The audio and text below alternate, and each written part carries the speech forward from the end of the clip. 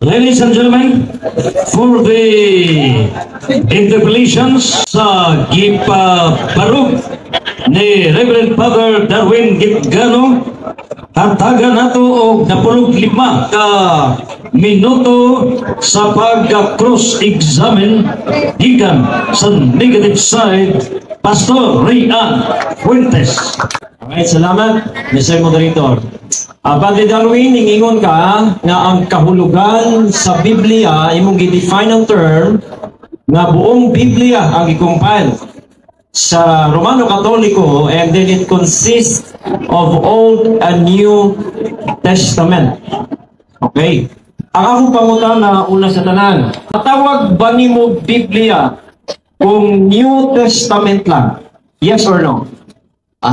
Una-una, parts of the Bible, not all Bible.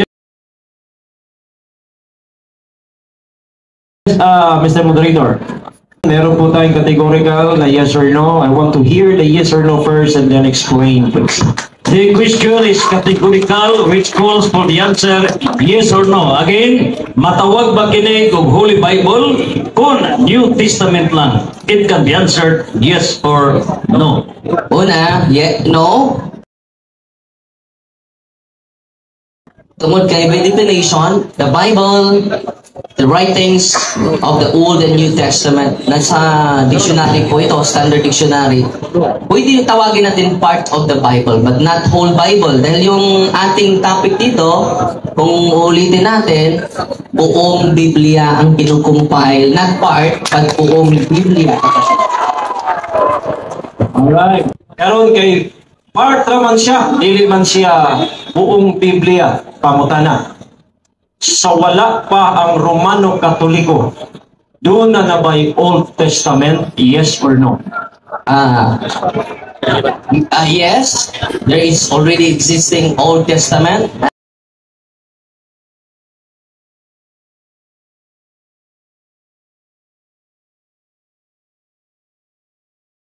And then, let us quote again the standard reference. Hindi lang personal opinion ko Universal World Reference Encyclopedia. Sabi dito, the Bible, the sacred scriptures of Hebrews, the Old Testament, and the Christians combined into one book. It is called the Bible.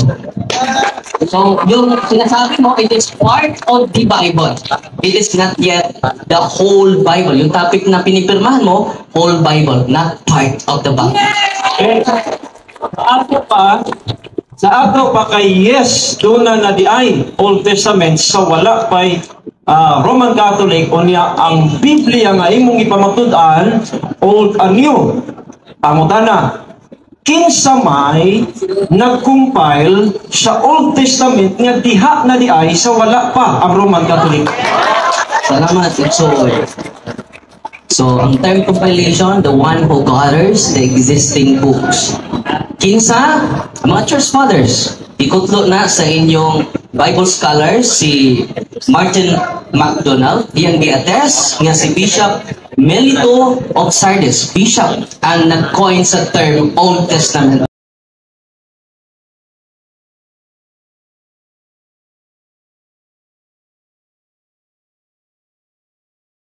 Okay.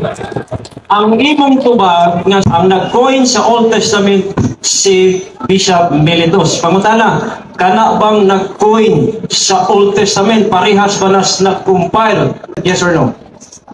Unang-una, yes or no? Yun ko si mong isupakan, supa ko si mong iyunan.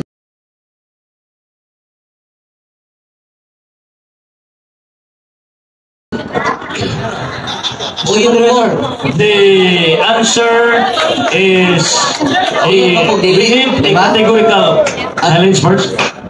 There is a ruling that if a question calls for yes or no, a categorical question, the speaker should answer yes or no, and after that, qualify the answer. Oh, see. Kalikon. Ang akong pangutana, Padre Darwin, simple kayong yes or no. Parihas ba ang nag-compile sa nag-coin na Old Testament? Parihas? Dili, yes or no? Una, no.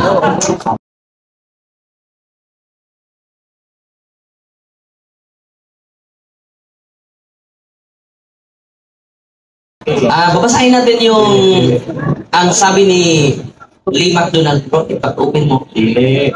Yung ginagamit sa Council of Jamnia, hindi yun official book po. Yan po ang sinasabi dito sa The Bible Canon by Lee Martin McDonald. Sabi niya, basahin ko muna, the list of books acknowledged to the sacred scripture in the Council of Jamnia, ito referring to the Old Testament, sabi dito,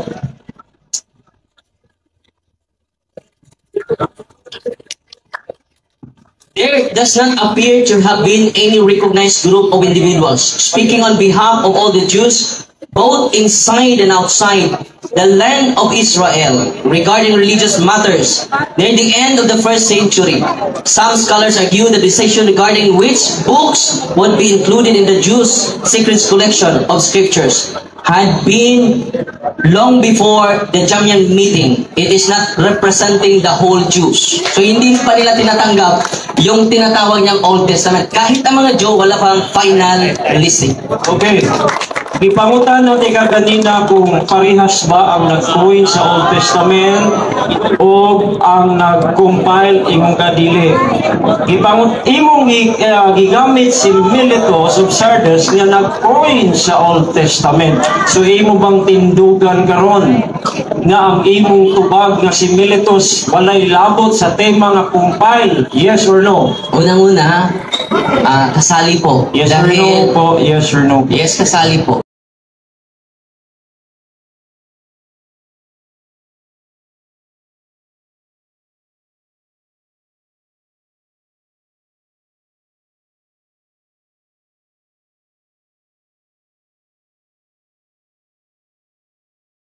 Dahil yung process sa compilation is gradual. Siyang unang nag-term, nag-coin sa Old Testament.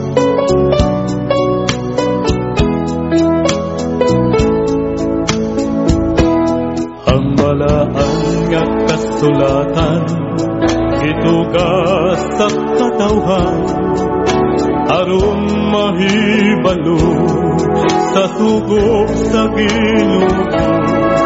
Hapit na siya mukayang sa langit, sinunan gisugo niya. Panlakaw ka mo, isang yawang tulong ko. Karuna tuwa siya, ito sa kalangitan.